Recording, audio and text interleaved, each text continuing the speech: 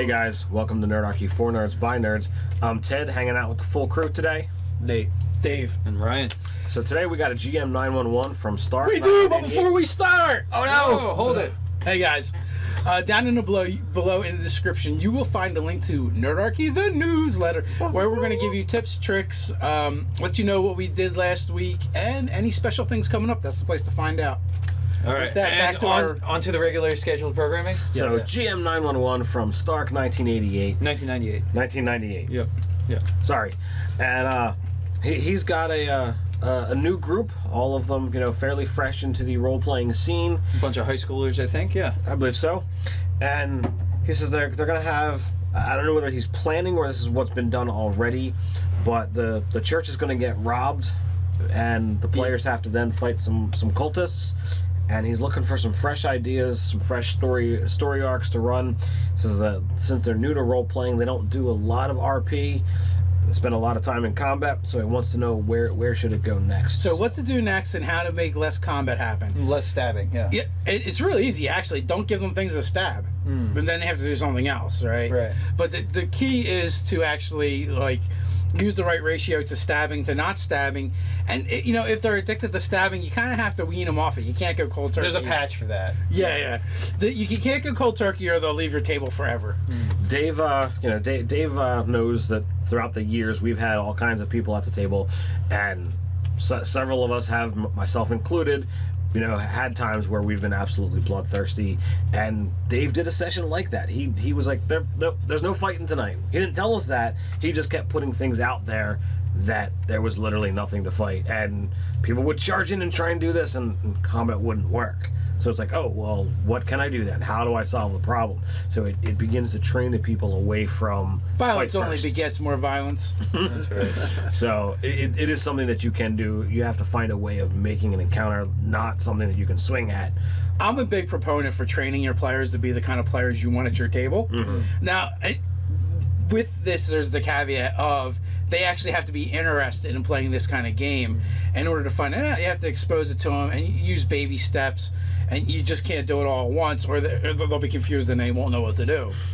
Yeah. But you introduce it into the game slowly and give them options for their characters to participate in that aren't what they're used to. So that's how you start, extracting the combat from your game and putting more role play. If you want more role playing in your game, role play with your players. Be the thing that you want first. Lead by example. Yeah. Well, so he's talking about they thwart this robbery by these other evil cultists. And find the laundry list. They find the note that it links back to this being this rival cult thing. But say they start to dig out this evil cult, and they start to find out that there's a plot where some of the cult members have already infiltrated the church. So now it becomes an investigative game, because they might get the hint that maybe they're taunted by one of the cultists as he's dying or whatever, that that the corruption has already taken place or something like that. So it's well, he's not going to tell you who, and you have to figure out those aspects of it. And what if this cultist group is actually a militant offshoot of one of the religions or one of the churches, and maybe it's influencing the main body of that church? And that's kind of where you have to see, there's some corrupted officials within the church, but there's also guys who want to do the right thing, or they don't even recognize that this offshoot exists. This offshoot could be a radical sect. On that note, real quick, you guys let us know in the comments below if you want this or not. But we're working on a side project where we talk about starting with the end in mind, and it covers this in depth. You guys want to know more about that, because in this GM 911, if you start with your end result and you know what that is, it's going to help you fill in the blanks. So in this case, right, say you want a splinter faction, right? So that's the end goal. Put it aside. We don't have to work on it right now, and all you need is the next cookie crumb for your players to follow. You don't have to figure out everything. You could do a piecemeal, because it could change too. You may decide, right, that note basically leads them to their main hideout, or what they you believe is the main hideout, and you want to do away with the infestation. That's all they need. You know, there might be some other arbitrary details they can't do anything with yet, but maybe they become apparent later. Maybe it's foreshadowing. You know, make, you know, a couple notes, but don't do a ton of work on it. Just, you know, lay out the path that you think that they'll take, and you're interested in having them take. You know, and just know that they may not. You may have to adjust as you go. But, you know, if your end result is to create this splinter religion based off of this religion, you don't have to know how you're going to get there yet. But if you want to continue the things going, you know, you could basically make the next, either to the hideout or the next thing they need to investigate.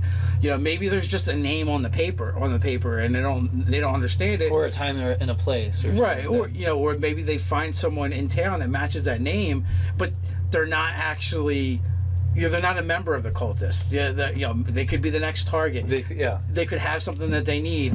Like they could have to figure out why what that person is. Well, if it's a person or a time and place, like they have to kind of like, they have to do a not a patrol, a stakeout basically. They have to like stake out the location and just like watch and observe. And as a GM, you can like tell them what's happening, and the players could interact with those things, but don't make all those things actually blatantly related to the cultists. Make some of them like just people going about their business in this space, you know, and the players like might interrogate them a little bit. So like a stakeout's one way, investigation's another. One of those people that is it could be a target, which is just a normal person. It has nothing to do with what the cult is doing as their activity. So they're going to know absolutely nothing. No amount of interrogation, or like they're going to be offended if you push them around, because as far as they're concerned, they're just going about their day, like walking into their house or something. Or I mean, you could just like come in and be like, "What do you know about this cultist activity?" If you wanted to lay your plot, he could be like some sort of crime lord, but he has nothing to do with it's this individual thing that's going on. So, like, yeah, the players might take him out, and he may be a bad guy, and then there's repercussions to that.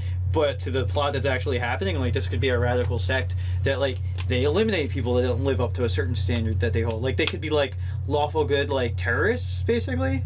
You know, like, or chaotic good. Yeah. Well, yeah, you could absolutely be creating a subplot with that. Yeah. That's loosely affiliated to the main plot, but like by following that cookie crumb, it should somehow lead them back to the original plot. But that being said, like that guy may not know anything about it, like Nate said, but by either staking out or investigating, you can kind of figure out like the motive or what they're after, and then it'll lead you back to the other plot, and then you have this side plot that you can weave in and out of your campaign as it goes, so you're not always hammering them with the same thing over and over again. Yeah, you need a diversion just a little bit every once in a while. Another possible option is to, since you want to encourage them into the actual role-playing scene, is to link to one of the players' backstories, or someone that's, you know, a loved one or someone that they care about, so that somehow the individual player character is involved in what's going on. So it's gonna be important for them to move on to the next segment of whatever you have. So if it could be, you know, the person is captured, the person becomes involved with this cult and didn't realize what it was at first, and he's looking for a way out. But as you guys were saying, like, you know, if you don't live up to a certain standard, they're gonna kill you. So it's like, well, I'm now stuck with this situation of I have to go do this horrible thing that I don't want to do, or I'm going to get killed. What about modern day myself. cults? Like, basically you're brought in and you go through this whole indoctrination process where you're almost like this brainwashing that goes on, and it could be someone who's important to one of the players or multiple players and that they care about. But, you know, like they wholly believe, this NPC believes in the cult at this point in their doctrine. Yeah. Their objective, like, you know, they've totally bought in. You know, they've gone full Scientology on this one. Yeah, and you also look at, you could take from Game of Thrones, like the Sparrows, that radical sect of the Septons, you know, the Sacred Seven or whatever. Like they're a very, I would almost say, lawful good, radicalized thing that they do some terrible things in the name of the things they do believe.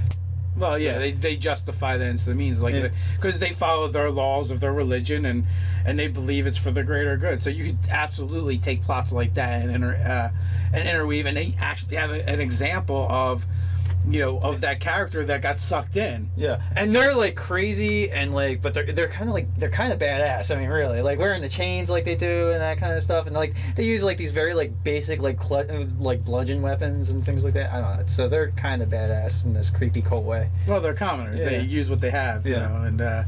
And it's there's an interesting political dynamic with that group. So like it is a great example if you're into Game of Thrones, you can look at that and dissect that, and you see that actually the politics of the Five Kingdoms actually enabled them to become a thing and empowered them, and they thought they were going to use them as a weapon, but it turns in on them. Yeah. Exactly. So I'm not going to go into detail just because some of you guys have seen it, or read the books that have been out for 10 years or whatever.